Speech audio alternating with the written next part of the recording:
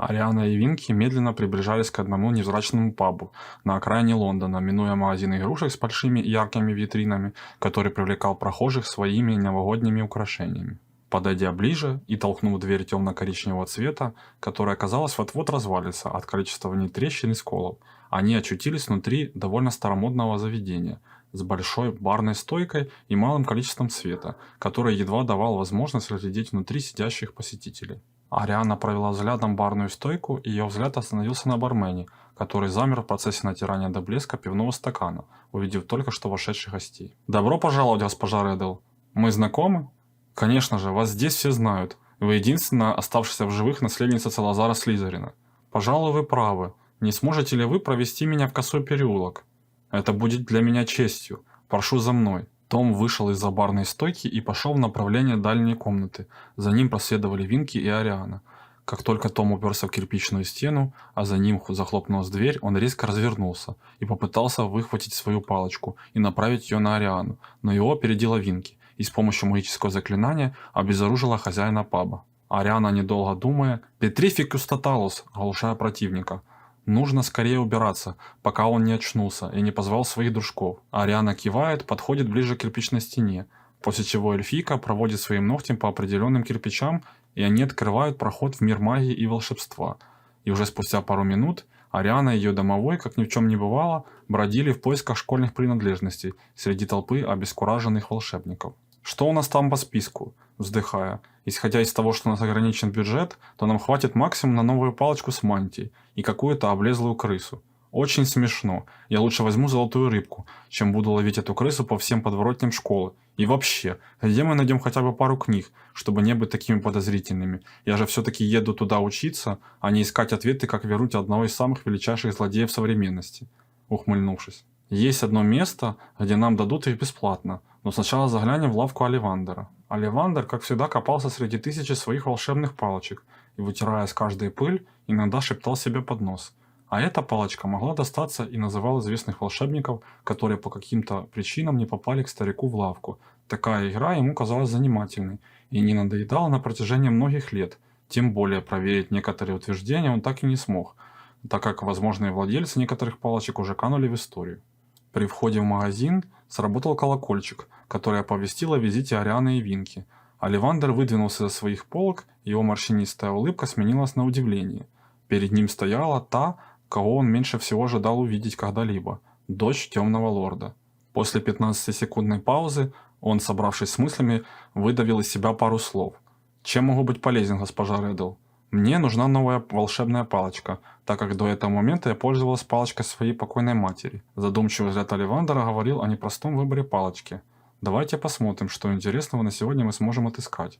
Через пару десятков минут поиска подходящей, как ему казалось, палочки, он протянул дочери Темного Лорда коробку, открыл верхнюю крышку и одобряющим взглядом намекнул ей на то, что нужно опробовать эту. Ариана, окинув взглядом палочку, взяла ее правой рукой, после чего она почувствовала, как силы наполняют ее изнутри. Да, это была та самая, ведь палочки сами выбирают своих хозяев, словно воссоздавая невидимую связь с волшебником и усиливая его магические способности. Очень интересный выбор. Эта палочка одна из самых удивительных, которые я когда-либо продавал. Она выполнена из черного дерева, но внутри ее стержень из рога единорога.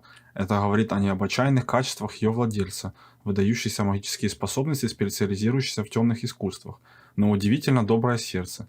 При этом каждое это качество дополняет друг друга, не нарушая внутренний баланс, что встречается крайне редко. Очень занимательная история. Я могу идти? Да, конечно, миссис Реддл. Оставив на столе торговца $10 и 5 центов, Ариана ушла, хлопнув дверью. За ней, как маленький питомец, едва успев, перебирая своими коротенькими ножками, до того, как ее прихлопнет дверью, выпрыгнула Винки.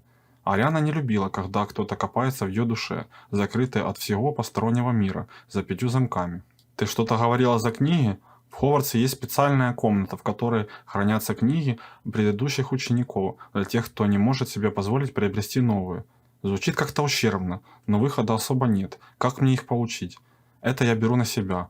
Ладно, сколько у нас осталось денег? Почти ничего. Пошли хоть взглянем на этих домашних питомцев. Может, я смогу себе кого-то позволить, кроме бесполезных насекомых. Ариана и Винки направились в магазин, в котором продавались магические питомцы и сопутствующие товары к ним. На входе в магазин располагались различные формы и размера клетки и вольеры для самых разных питомцев. Двери и окна были полностью остеклены, что создавало эффект террариума, и все прохожие постоянно останавливались и пялились на животных внутри магазина. Зайдя внутрь, Ариана увидела по центру небольшой круглый фонтан с магическими водяными существами внутри, которые прятались за водорослями и ракушками около дна. Потолок магазина был заколдован и независимо от времени суток освещал помещение с одинаковой интенсивностью и поддерживал комфортную для питомцев температуру. Ариана очень долго осматривала магических животных, сравнивая их цену и то количество денег, что осталось у них в карманах. Пока они выбирали, в магазин зашел молодой парень с темно-русыми волосами, одетый в гриффиндорскую мантию, таща за собой небольшой саквояж с очень красивыми светло-зелеными глазами. Посмотрев на Ариану, бурно обсуждавшую с ее эльфом бесполезнейшую покупку среднего размера темно-зеленой жабы, прошел в отдел кормления и ухода за магическими существами.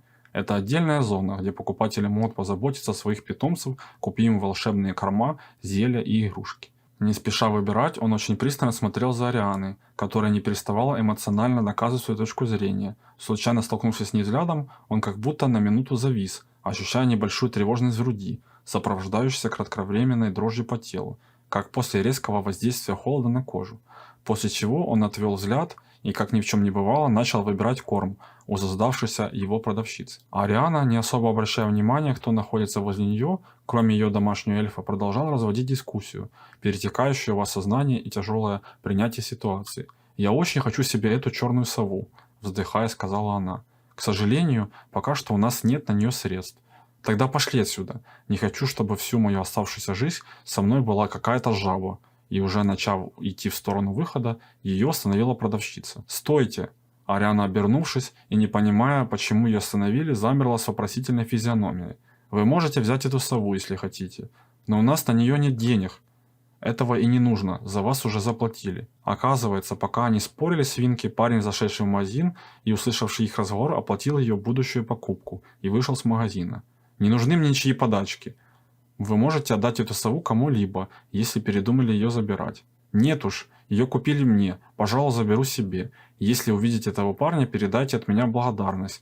Он не представился?» «К сожалению, нет, но он часто бывает у нас в магазине. Знаю только то, что он увлекается квиддичем и учится в Хогвартсе, что можно было понять по его одеянию и количеству наградных значков на груди в виде квофла и 3 колец». Выйдя из магазина с в клетке в руках, Ариана пыталась скрыть свою радость, что у нее появился новый друг в виде черного пернатого существа. Винки посмотрела на хозяйку, увидев ее приподнятое настроение. «Это ничего не значит, просто сова». «Да, конечно. Что еще осталось нам купить? Метла? Зачем мне она? Я могу летать и без нее, хоть что-то мне оставил мой любимый папа. Ты не должна выделяться среди других учеников, поэтому нужна хоть какая-то метла. Не забывай, что придется сдавать дополнительные предметы, входящие в адаптивный учебный план, так как ты пропустила 5 лет учебы, поступая на 6-й курс. Но я ведь могу взять любую метлу и не тратить на это деньги. Пока тайник с моими деньгами, оставленными от мамочки, не разблокировали, нам приходится экономить. Не каждая метла имеет магические свойства. В процессе бурного разговора Ариана с эльфом мало что замечали на своем пути, так как они были вовлечены в беседу, и случайным образом, оступившись, врезались в высокого молодого человека в черной мантии и длинными до плечей изумрудного цвета волосами, который, окинув взглядом и не очень торопливо подал руку, чтобы Ариана смогла подняться. «Разрешите представиться, миссис Реддл, Морган Блэкхарт. Буду у вас преподавать защиту от темных искусств. Извольте спросить, куда вы так торопитесь? Нужно успеть собрать все вещи к школе. Могу ли я вам чем-то помочь? Вы можете снять арест на тайник моей покойной матери? Если нет, в остальном вы мне не помощник». И начала уходить в противоположную сторону. Морган одернул ее за руку. «В Хогвартсе я буду деканом факультета Слизерин, поэтому не советую со мной ссориться. Не спешите отказываться от помощи, возможно, единого соратника в стенах школы. Я подумаю над вашим предложением». И, забрав свою руку, вместе с неторопливым эльфом скрылась в толпе.